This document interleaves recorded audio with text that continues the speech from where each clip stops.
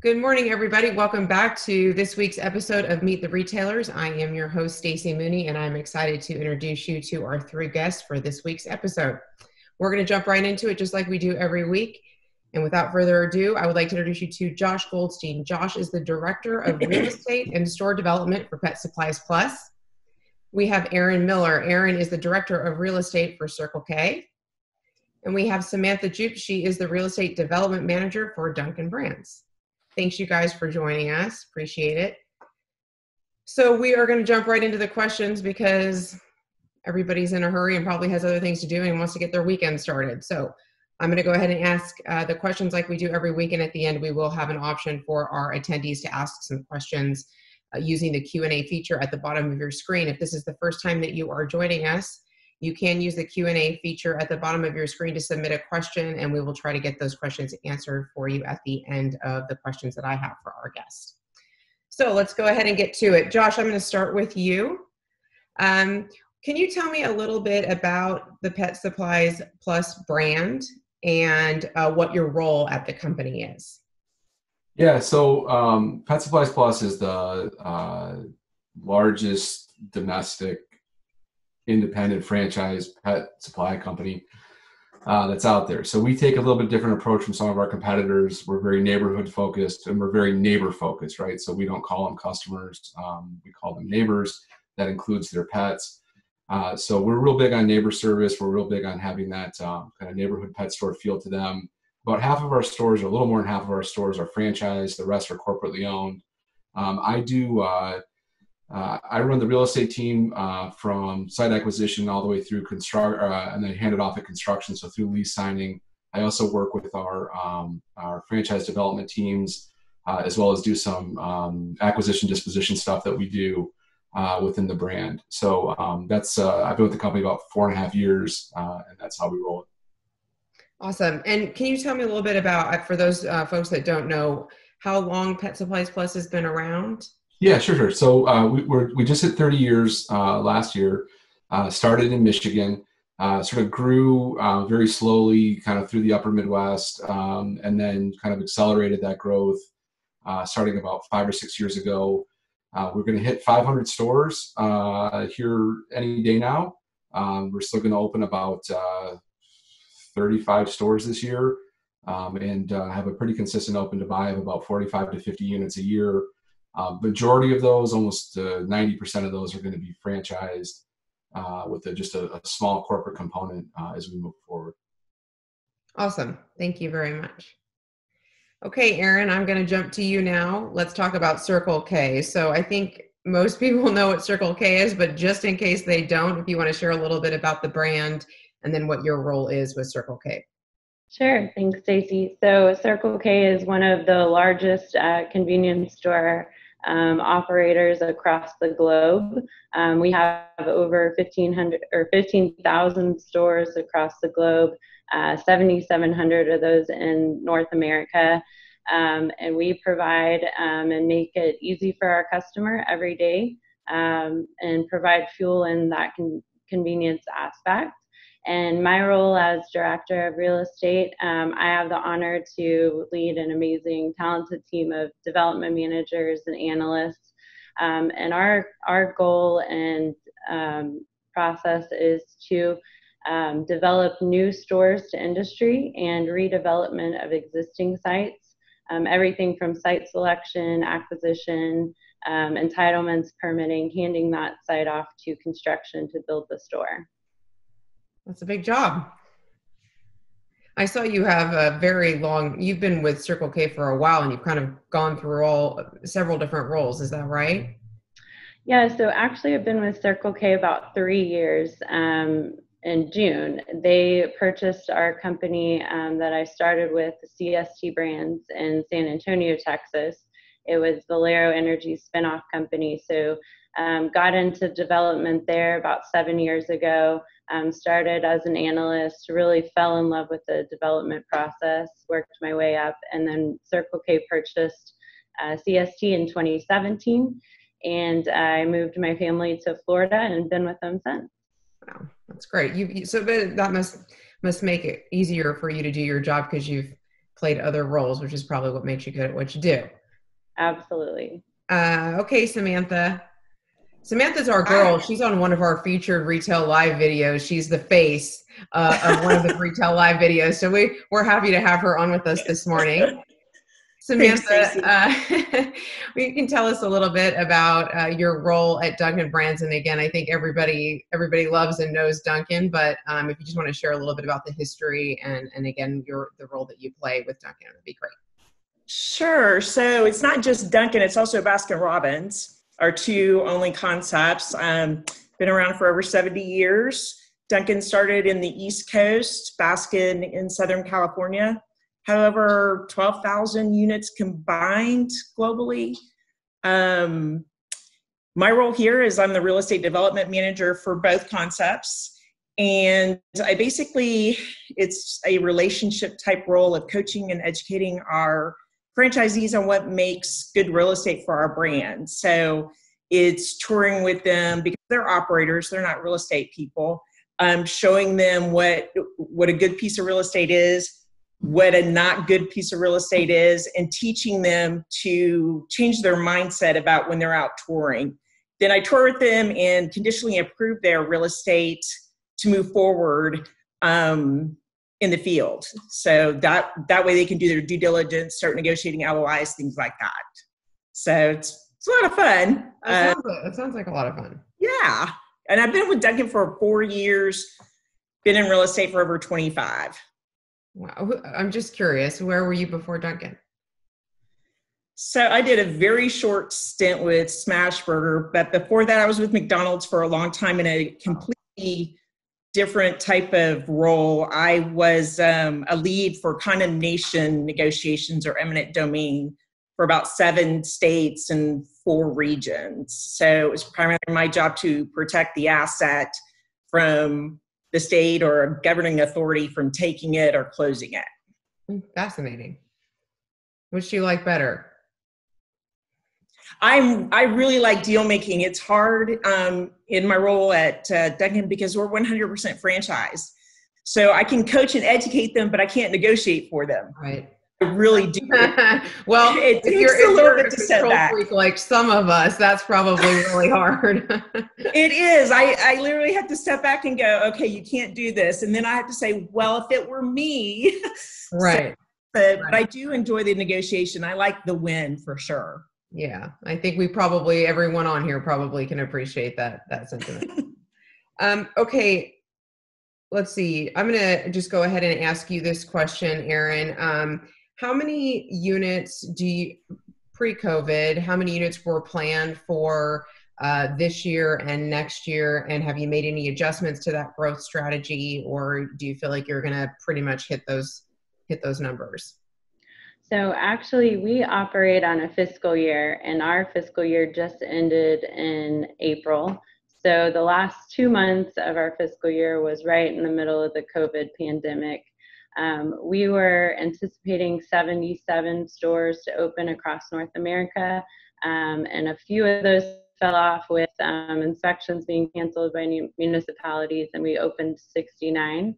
But looking forward into our fiscal year 21, which just started here in May, across North America, we were budgeted to open 102 sites. And we have taken a slight pause in capital expenditures for a couple months while all of this is happening. So we will probably readjust that number. That's to be determined right now, but we're looking forward to getting back out there.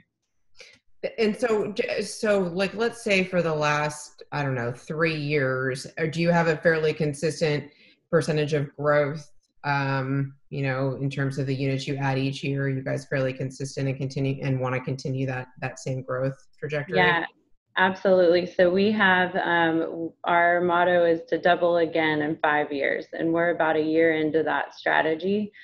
So every year we are ramping up significantly across North America.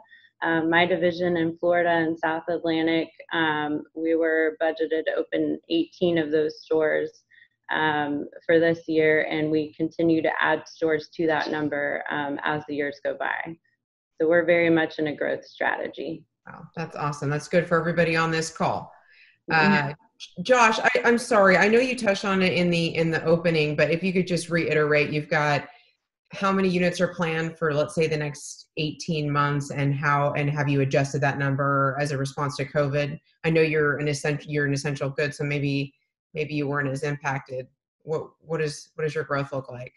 Yeah. So we're going to stay hopefully pretty consistent. We'll take a little bit of a hit this year just because we had a number of owners that were impacted by COVID, but not in the way that we were anticipating. We have a number of folks who are going to be delayed 60, 90 days on getting their loans closed, for example. Well, a lot of the banks, and particularly a lot of the SBA lenders, are pushing on the CARES and EIDL stuff that or the PPP stuff that they're being asked to underwrite. And that's going to push back a number of timelines, because of that. But beyond that, we're still showing a pretty good track for the rest of this year. Stores that were already under development, stores that had already been financed. We're going to push a handful of stores to the first quarter of next year, just by virtue of some of the delays and timing. And for our time sequence, we needed to really be done with the leases by today in order to get them open for this year still. So there's a number of folks that are pushing. We've done some acceleration stuff, but for the most part, we're going to push a small handful. But the next year, we should have a pretty robust pipeline. Our sales development team has been just killing it recently, and we've sold a number of new units over the last 2 or 3 months, which should help us keep a really healthy pipeline as we look into next year and beyond. That's great. That's great to hear. Samantha, how about you guys? So we typically open between 200 and 350 stores annually in the midst of and that's nationally, not globally. Is that both brands? I'm sorry? Is that both brands combined? That's Dunkin. Okay. We've got a unique format with Baskin and how it works in its openings, where our Dunkin franchisees can be the Baskin franchisee in what we call combo stores. So, it's hard to determine that because certain areas, those Dunkin franchisees have exclusivity. In other areas, you might have a couple of Baskin, what we call SEA store development agreements, but typically it's 200, 350 for Dunkins, including combos. In the midst of COVID, we're reassessing that. We are still opening stores. We opened one in San Antonio last week, one in Fontana, California, week before last. One's coming up in New Mexico as for the West region, which is where I am, which is my group. But we're still going. I mean, people want coffee for sure, and they want their donuts and they want their ice cream. So we're still growing and have no plans to stop. Yeah, I know they want their donuts. When this first started, let's say 5 or 6 weeks ago, my son wore me down and finally got me to do, I think it was either Grubhub or Uber Eats. I paid $15 for 3 donuts, and he was Jones, and I was like, fine, just leave me alone, I'll do it. Well, our drive-thrus are open, so yeah, no, I know, but I was like, I'm not going. The drive-thru is going to be insane because the drive-thru was open, and I was like, no, it was a matter of my time. The $15 in that moment was well worth it, Good, great. I'm glad he got his fix. He definitely did. Okay, guys, so since we're talking about this, correct me if I'm wrong, but I assume all 3 of your brands were deemed essential uses during this entire process. So none of you had to close in response to COVID. Is that correct? You can all just give me a nod, or if it's a no, then. So, sort of. I mean, yes, we were deemed essential, and our stores, for the most part, stayed open. But there were some aspects of our stores that we couldn't use, like our grooming and our pet wash. A lot of those got shut down under the same sort of as the hair cutting places and stuff like that. So we were definitely impacted with that. And as a retailer, we had we had several jurisdictions where we had occupancy challenges that we had to face in terms of only being allowed to have 25% of our standard capacity in the store at a time, for example. Gotcha. And Samantha, So you kind of. it was similar. We had, because in the Northeast, a lot of our stores are non-drive-through, where there is a time where you just couldn't by jurisdiction. But for the most part, yes, essential, but there was a short time that we had some stores closed just because you had to figure out how to do this when you don't have a drive-through. Right. So most of the Sometimes that drive-through, we talk about drive-throughs on every episode of this. It's interesting. And Erin, I assume you guys were just full steam ahead. We all need gas, even if we're stay at home, apparently. Yeah, absolutely. We were full steam ahead, and the company took some really great precautions for the safety of our employees and customers in the stores. But we've been able to maintain our stores and keep them open. So even the convenience part, the grocery, that was never closed. It was all able to maintain being open. Correct. Yeah. Gotcha. I had a question that popped into my mind when Samantha, I guess you were talking about, various locations, not having a drive-through or being closed or open. Have any of you guys, with respect to your franchisees, as a result of this, have any of you experienced, Josh, I'll just start with you. Have any of your franchisees come to you and said, like, I want out? We've not really brought this up before, but have any of them come and just said, trying to get out of their agreement or asking corporate to take over or anything like that? No, but we did have a couple folks that were under development that started getting a little bit of cold feet. I think it can be a little daunting when you are staring down the barrel of the uncertainties that we're facing in general. But this was all earlier on in the pandemic. I think now everyone's kind of cooled off a little bit. In our stores where we had maybe some owners that were in trouble before this, are probably still in trouble, but nothing that I'm aware of yet where we've had folks saying that they're using this as an excuse to get out, that weren't already, talking to us about an exit strategy of some kind. Gotcha. Samantha, have you guys experienced any of that? Not that I'm aware of, at least not in the West or in my territory. We've actually, I've had franchisees frustrated because some of their negotiations to open new stores have kind of stalled due to developers and landlords. Like, we're not doing anything until we know more about this COVID. And that's been a little bit frustrating, but we're actually signing new franchisees. We've had several come in the West region that have said, hey, I want in.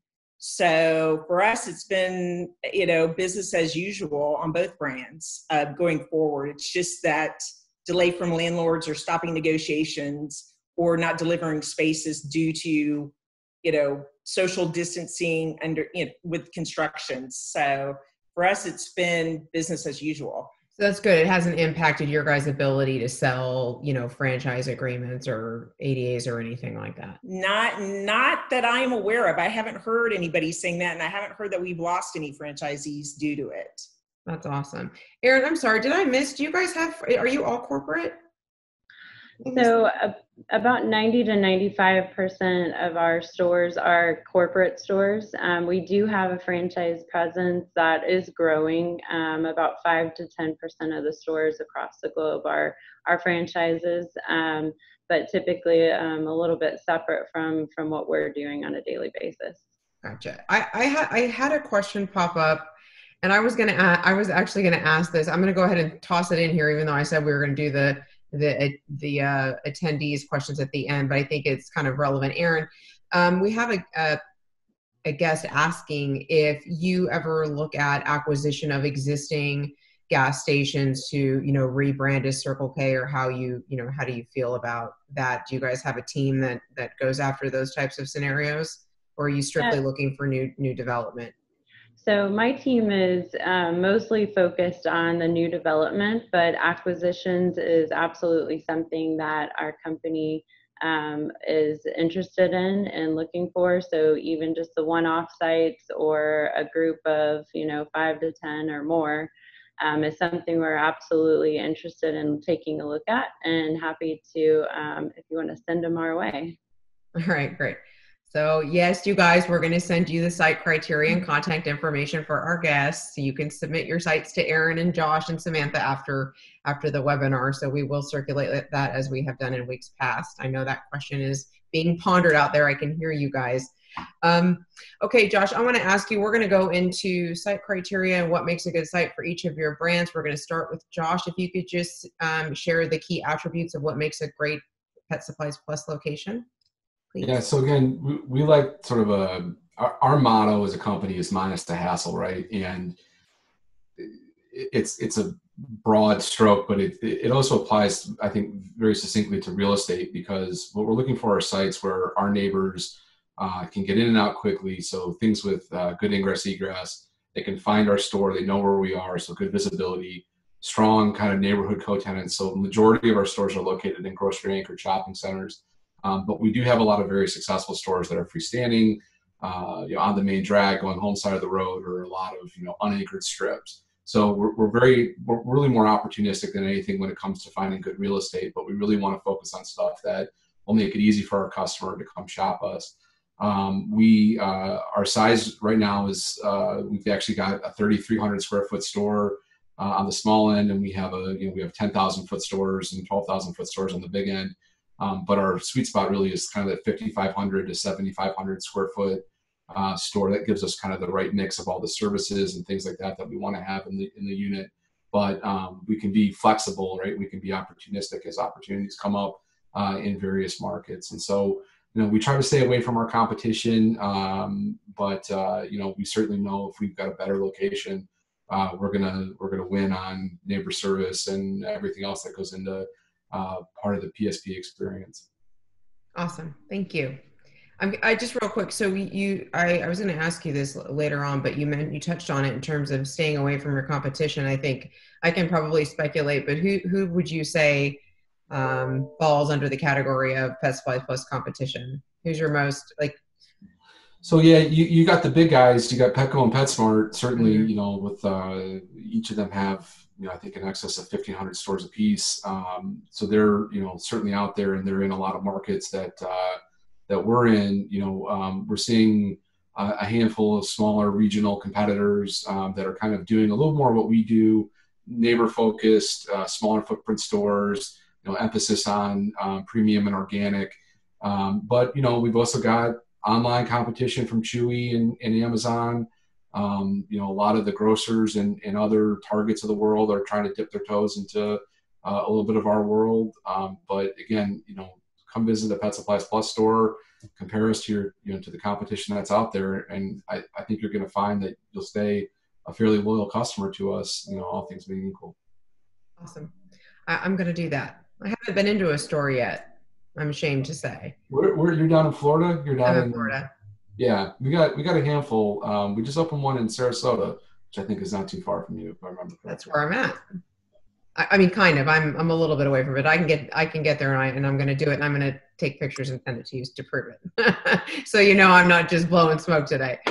Okay, Erin, moving on to you. What makes a great Circle K site location? How much land do you need? Can you tell us a little bit more about that? Sure. So typically 1.5 acres is minimum for us. So 1.5 acres to 3 acres. Traffic counts are really highly focused on. So 25,000 cars a day or more. That's kind of our minimum.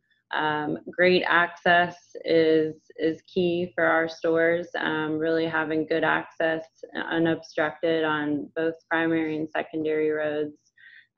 Residential connection to the sites is super important, along with a good retail synergy environment in that daytime population.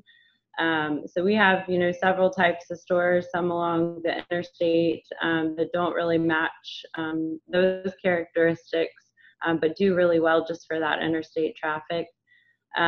So really anything with enough land on that hard corner with a light is something that we are interested in taking a look at. I was going to ask you, do you have any preference in terms of obviously non-interstate locations of the going to work or coming from home side? Both. Both. Yeah. I figured that would be your answer, but I think it probably depends on the location where the competition is, right? Yeah, absolutely. And having that noon customer, maybe not, some of our residential stores do really well and just have that going to and coming from or going home work traffic. But having that noon traffic and that daytime population really helps too for the site. Okay, great. Thank you. Okay, Samantha, do you want to answer these questions in terms of perfect Dunkin site, perfect Baskin site, and perfect combo site, or I'll let you take it, but what we're interested with the Dunkin', since we're a beverage, we're moving towards beverage led in our coffee business. It's very important that we're on the AM side of the road. Good ingress, egress, signage, visibility. We will do, ground up, shopping center, end cap, drive through, right past the light, right before the light. Sometimes mid-block, maybe, depends upon the site, but we're really focused on daily linkage. So grocery stores, Walmarts, things like that, where people will see us every day and remember, we're going to get coffee, and think of us immediately when they start to envision where they go on a daily basis. We have a 3-phase approach to development. So it depends upon which phase we're in. If it's a phase 1 first cup, we're trying to capture those people that it's their first cup of coffee once they leave their house. So neighborhoods with that daily linkage on their way to work. Second phase, or phase 2, second cup, is that daytime population where you're at work, it's noon, and you're thinking, I need some coffee. So we're looking at a daytime pretty significant daytime population. Regardless of whether it's Baskin or Dunkin', you want the population, the density, certain income levels depending. You want 20,000 cars per day. Our peak hours are between 6, depending on what market you're in, between 5 and 11. So during that, let's say 6 to 10 timeframe, we want at least 5,000 cars on the AM side alone. So, and it's important for that, just for people, for that traffic in the morning, because that's when most people are getting that first cap and their donuts and things like that. Baskin, a little bit different. We're moving to the concept of a drive-through. We've actually seen a boom in our business on the Baskin side, thanks to COVID. And it's getting more relevant that they need that drive-through. So for them, it's, you want elementary schools, you want afternoon synergy with your big box. You still want that daily linkage with your grocery stores, but we also do really well next to pizza places, wing places, and unbelievably Chinese places. So in that concept, that's what we're going for. So I'm curious, in terms of a deal structure, Samantha, you're looking for ground lease, purchase, built to suit. Is that subject to the individual franchisee's choice, or how does that look? So we shy away from ground leases just for the fact that it's hard to make the unit economics and profitability work in most cases.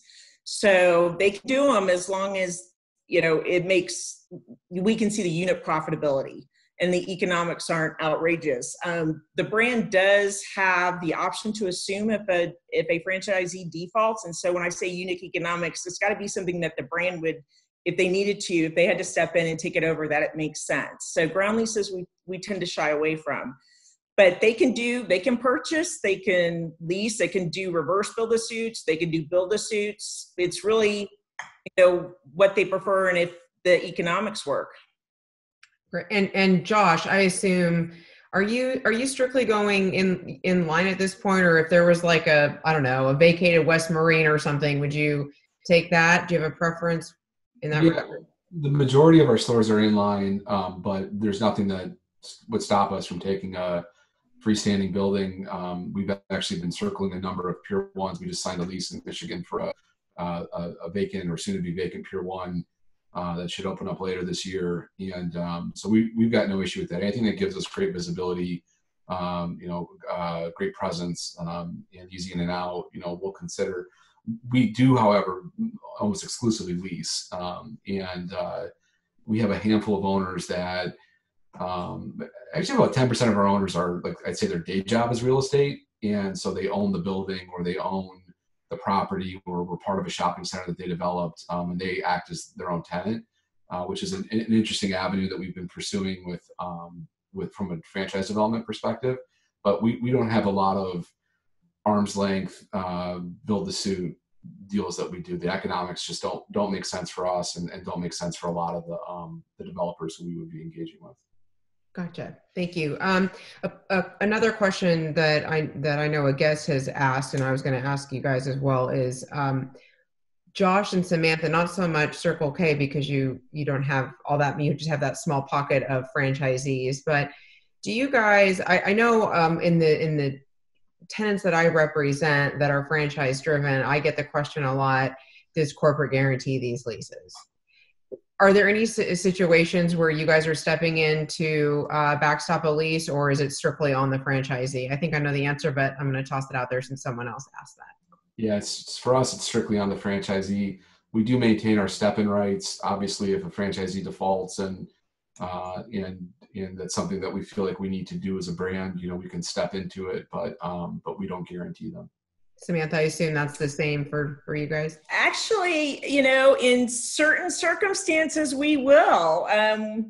If we're going up against corporate paper and it's the right thing to do, and it's what I call the 1,000% location, we have stepped in with a corporate guarantee for a certain amount of time. Recently did that in Houston that I'm very excited about. So we will do it. It's rare. Sometimes it can cost the franchisee, but typically, it's got to be that, home run out of the park situation for us to do it, but we will. I feel like I just did you a disservice because we've just announced that. And so now every single leasing person on this is going to be like, but you said you do it sometimes and we want it now. So I apologize for opening that can of worms. It's so very rare. I mean, and it's not easy to do. There's a lot of hoops you have to jump through. There's a lot of senior leadership buy-in that has to happen. It is not easy. So it's not something that happens. I mean, I think so far in my career at Dunkin, I've only seen it this one time ever. Oh, she's backtracking, ladies and gentlemen. No, not doing that. Okay, we're going to move on. We're going to move on.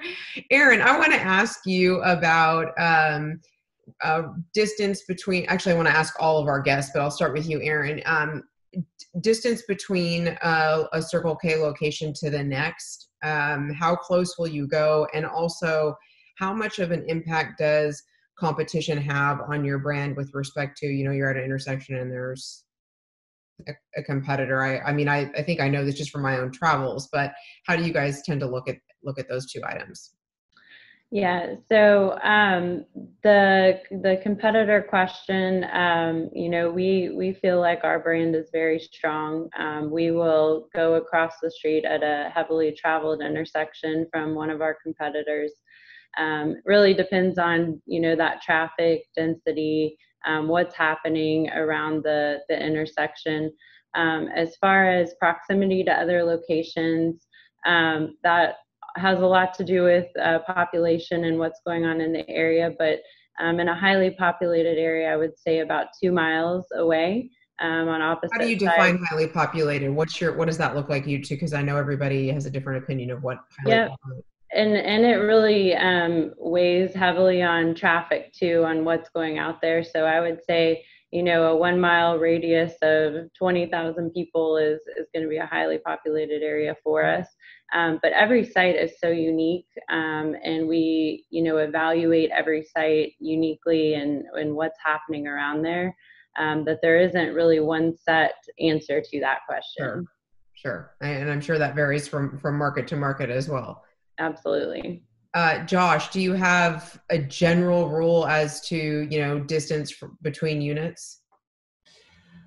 We have some territories set up by franchisee, based on protected territories that we have. But as a rule of thumb, it's really going to depend on what kind of sales transfer we expect from unit to unit. We're not above packing units into a market if we think that we're not going to have too great of an impact on an existing unit.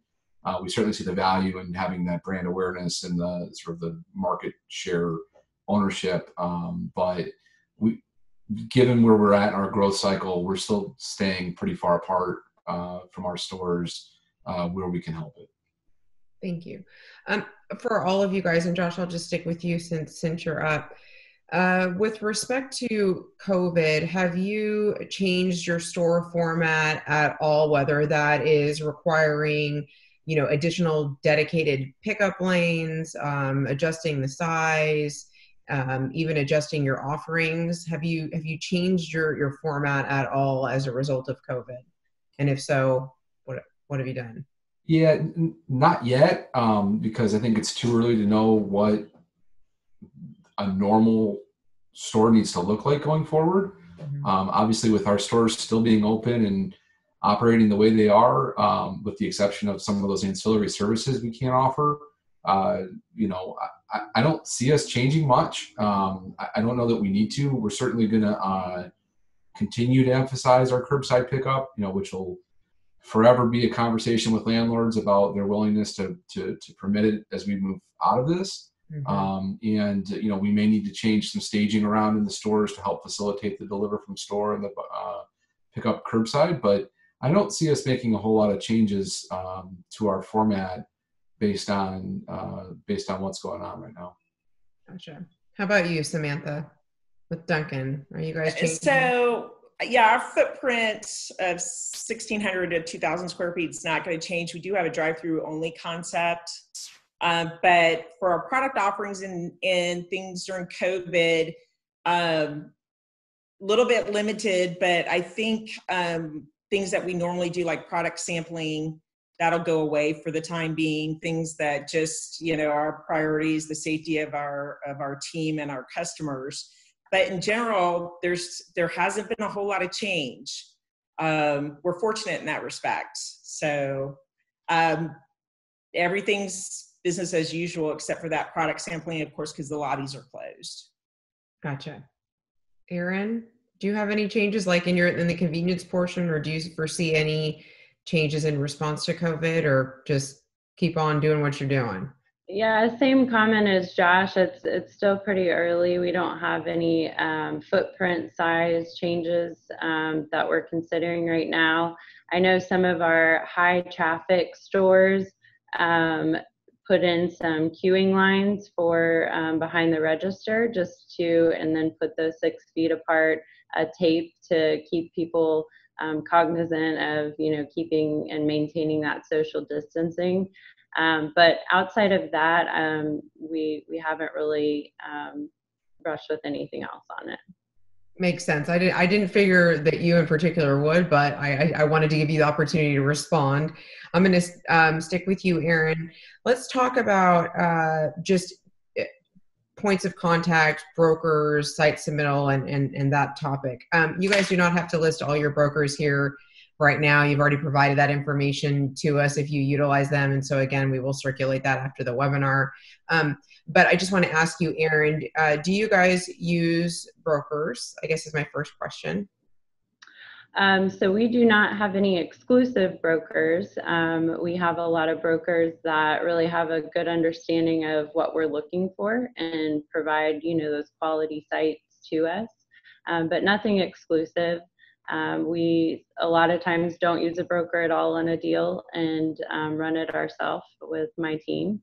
So not all the time. Okay, and so I guess it stands to reason that if somebody has a site for Circle K's consideration, the preference is that it would go to you?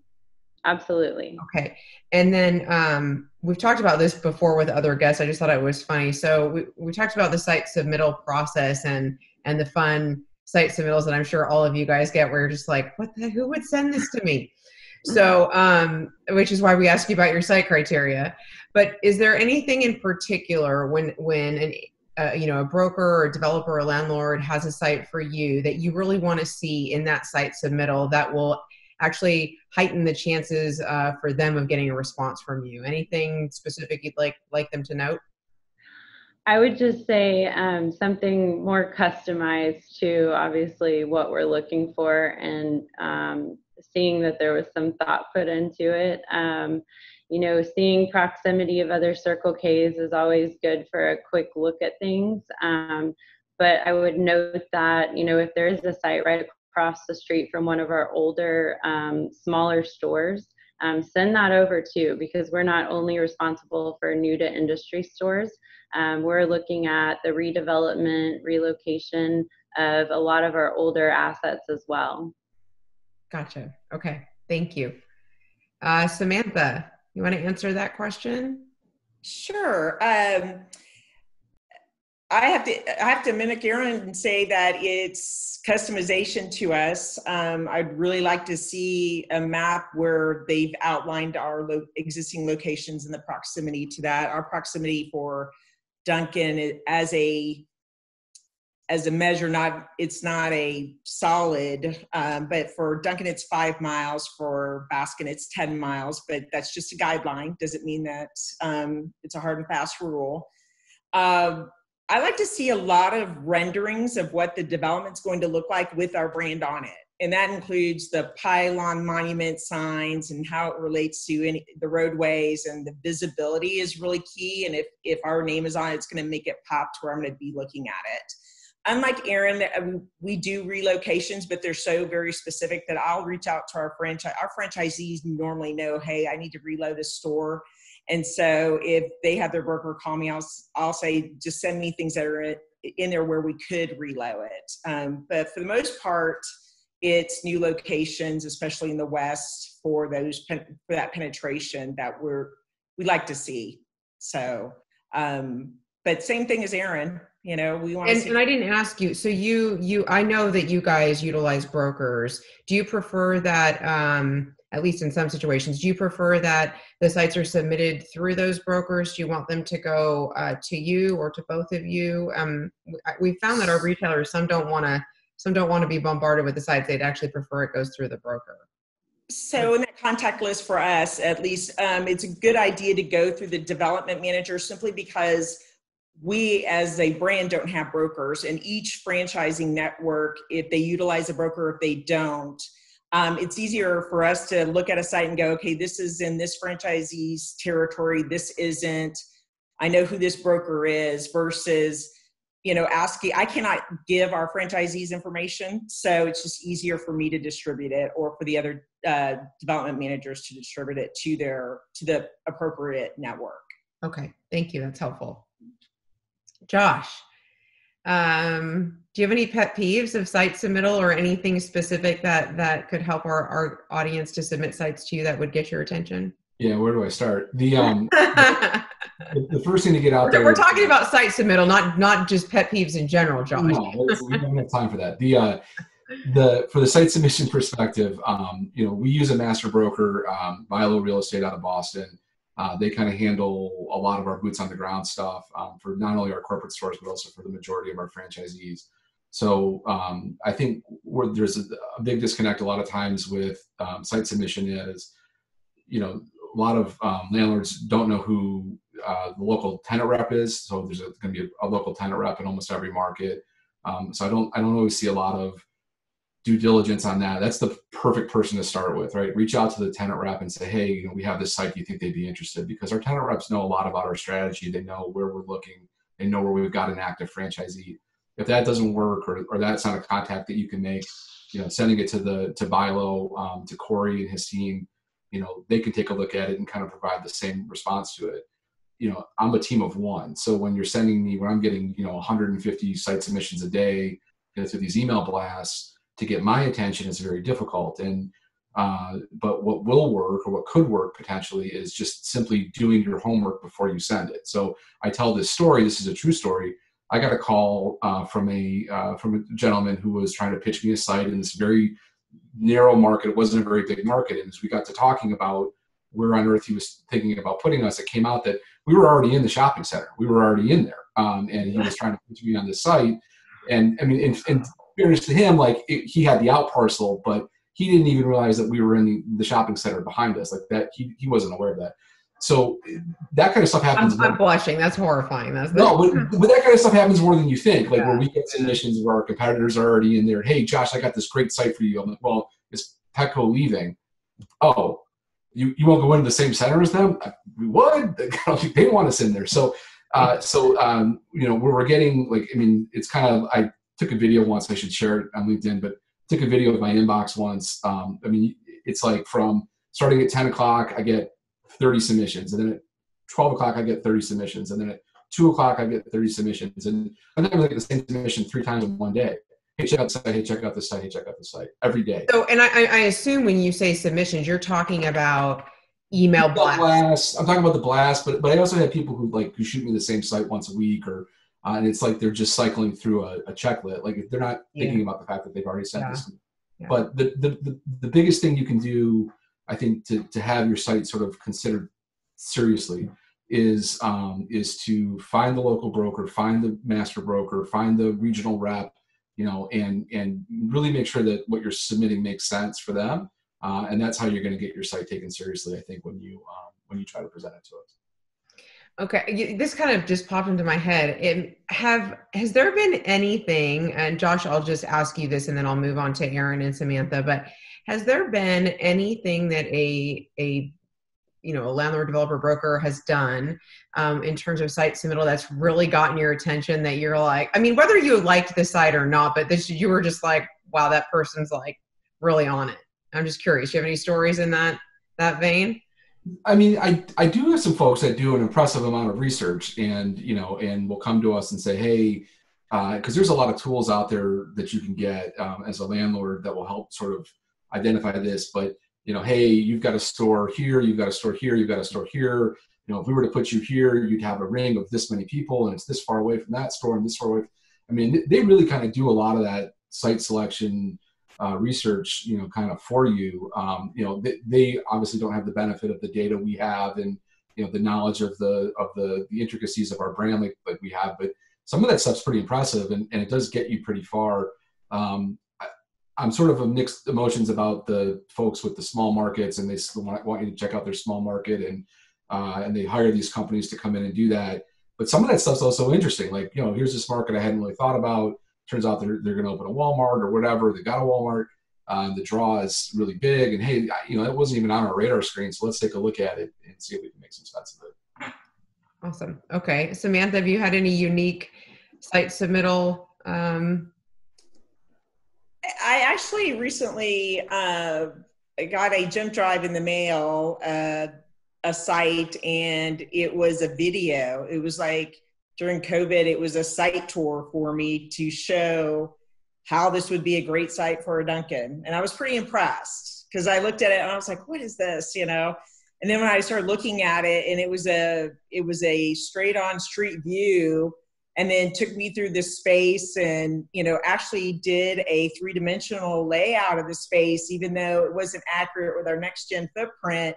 I was impressed. I mean, unfortunately the site was on the wrong side of the road, but, you know, in an area where we had a store less than a mile down the road that we weren't going to relocate, but it was impressive. I was like, that took a lot of time and effort for sure. That's interesting. I bet you a lot of people on this webinar will take that approach. Thank you for sharing that. Erin, have you had anything, you know, unique that's really got your attention?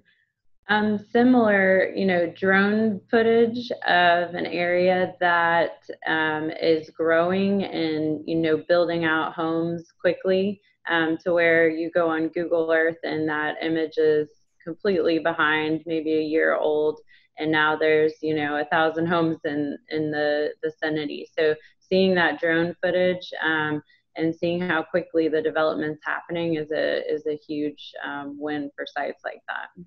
Very cool. I love that. I'd love to. I bet you, but a lot of it is, correct me if I'm wrong, it's not so much, I mean, because if all of a sudden you started getting 50 of these, it wouldn't be as impressive as somebody doing something different. And to, you know, Josh's point and the lady's point is just that they're taking the time to go to that extra step to show you why it's a good site for your brands, as opposed to just a mass email, right? Which is true in life anyway, right? We all want to feel special, right? We all want to feel special. I want to feel special. I don't know about you guys. All right. I want to ask you, this is my last question because we're getting close to the end, and I want to make sure we have time to ask a couple of questions from our audience. So I just want to give each of you the opportunity to share anything about your brand that maybe we have not covered today. And that doesn't have to be necessary to real estate, although it can be. It can be about what sets you apart from your competitor. It can be about, what makes your brand unique, anything like that. Is there anything that you want to add, Josh, about Pet Supplies Plus that we haven't covered this morning? No, I covered a lot of the high points. Like I said, we're big on being your neighborhood pet store. We want to be a resource for you. The pet business has been a great business. People have more pets. They're treating them. They're spending significantly more money on them than they ever did before. And I think for a lot of folks, they don't even know that there's this whole world that exists of premium natural and organic pet food that you can get for your pet, which has tremendous health benefits for them. But pets can't tell you what they like and what they don't like. And so having somebody who you can go into and talk to about your pet and what their habits are and get some suggestions for things and try different things. And we have everything from $100 bags of dog food on down to $15 bags of dog food. And so we got a little bit of something for everybody. And so I encourage you, if you're, still buying pet food at the grocery store, or maybe you can still buy it at Circle K, I guess. But if you're still buying pet food at the grocery store, come in and see us and come meet one of our associates. They're very passionate about pets. They're very, very knowledgeable about pets and the different food offerings that we have. And it's a great opportunity for you to do something great for your pet, who will hopefully be a loyal companion for a long time to come. Awesome. Thank you, Josh. I know I just bought From yesterday for my lab and I almost passed out, but she's worth it. Check out our Redford Naturals line. That's our brand that gets tremendous reviews and very well received, and has been a tremendous success for us. Awesome. When I check out the Sarasota location, I will do that. All right, Erin, is there anything that you would like to mention about Circle K before we conclude this morning that we haven't already covered? Yeah, actually, I do want to let everybody know that early on in this COVID pandemic, Circle K partnered with Feeding America and pledged to donate over 25 million meals to local food banks. So for every fuel transaction you make in your hometown, Circle K will donate a meal to that local food bank.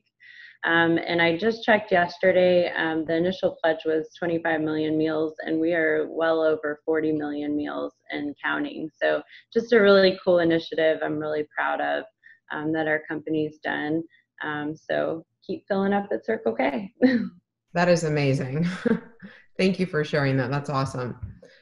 Samantha, is there anything you want to add to this webinar that we haven't already covered? Outside of the real estate realm, our brand is very committed to its people. I know it was released that we chose not to pay dividends so that our people could keep their jobs. So we have not furloughed anybody. We haven't laid anybody off. So I have to commend my leadership, Dave Hoffman, for making such a bold decision in such trying times to preserve their people. I mean, that's what we're about: strong, smart, kind, and being strong enough to make that decision, smart enough to make that decision for the kindness of our brand and our people. So go Dunkin. Go Dunkin. That's great. That's really great. And it's important. I feel like a lot of the guests that I think all of the guests that we've had on have all the companies have done some pretty tremendous philanthropic, things and really taking care of their employees. And that's awesome, because certainly we need that. It's going to be rough for a while. So I'm going to go to the questions from our audience. I'm going to start with you, Josh. We have a question for you. Somebody would like to know if you have live animals in your store, and if so, do you have sound mitigation, and how do you address that? Obviously, well, you have grooming, so I know you have live animals in that regard. Yeah, we don't board dogs, which is really the question everybody's asking, unless the barking spiders get really loud. Or maybe they want to know if you sell, animals. Yes, we do sell small animals, companion pets, mostly fish, in our live animal assortments. We do a number of cat adoptions and dog adoptions in our stores, but those are usually done in a community room, or they're done outside on the sidewalk and things like that. We don't get complaints about noise because we don't have that many animals in the store at any given moment, and most animals don't. If you're able to socialize your dog and bring them into our store, they're usually not the crazy barking dogs that are going to fly off the handle every time they see another pet. So I don't get complaints about that, and we certainly don't get complaints about the noise. I mean, about the smell, which I know comes up quite a bit. You can go into a poorly kept independent pet store, and it's terrible in there. But our commitment to cleanliness and our commitment to providing a positive environment for the animals we sell mitigates that. I would be hard pressed to find one of our stores of the 500 you wouldn't feel comfortable walking into, in its condition. Okay, thank you.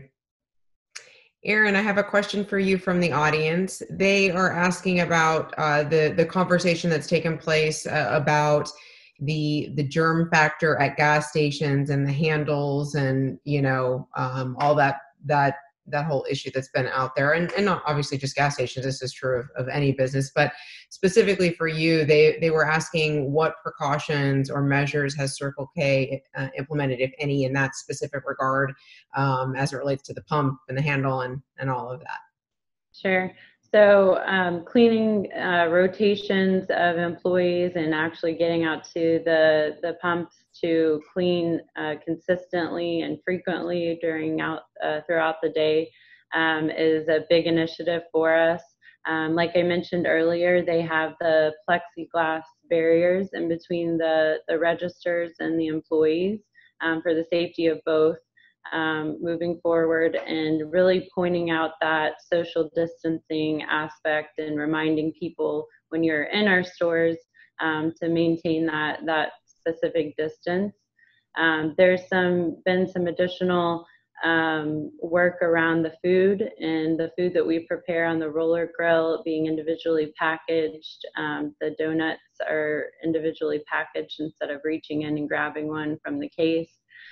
So we've really taken a hard look at all of that and made, changes for that. Do you foresee that sticking? Most likely, yes. Okay, thank you. All right, Samantha, this is it. It is the final question for you, and it is the final question for this week's episode, and here it goes.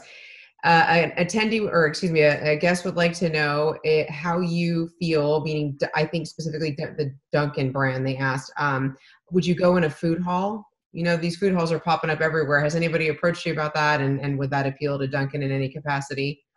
So a situation like that, like in a mall type of food, that type of concept is called an alternate point of distribution for us. And yes, we'll consider it. So I'm not sure because they didn't clarify, but I'm almost wondering if they meant more of, these food halls popping up. It's hard for me to imagine, Dunkin in that, but obviously we know they go to food courts now. They're in, airports and whatnot. So I guess the real question is, are you open to, unique? Absolutely. 100% for both concepts. We're always looking for those creative outlets and alternate points of distribution. So send them our way. Would be happy to investigate it. Awesome. All right, guys. Anything else anyone wants to add? Josh, Erin, Samantha? No? All right. Well, then that concludes this week's episode of Meet the Retailers. I want to thank our guests for joining us this morning and sharing their information about their brands and site criteria with us. As a reminder, we will send around all of that information to you guys later today, so be on the lookout for that. If you enjoyed this week's episode of Meet the Retailers, I hope you will join me next week at Friday at 11 a.m. Eastern Standard Time. Don't forget to register for that webinar by going to our website, clicking the events tab and scrolling down to webinars where you can register for next week's episode. And you can also catch this episode and past episodes there as well. Thanks, everybody. I hope you have a great weekend. We'll see you next week.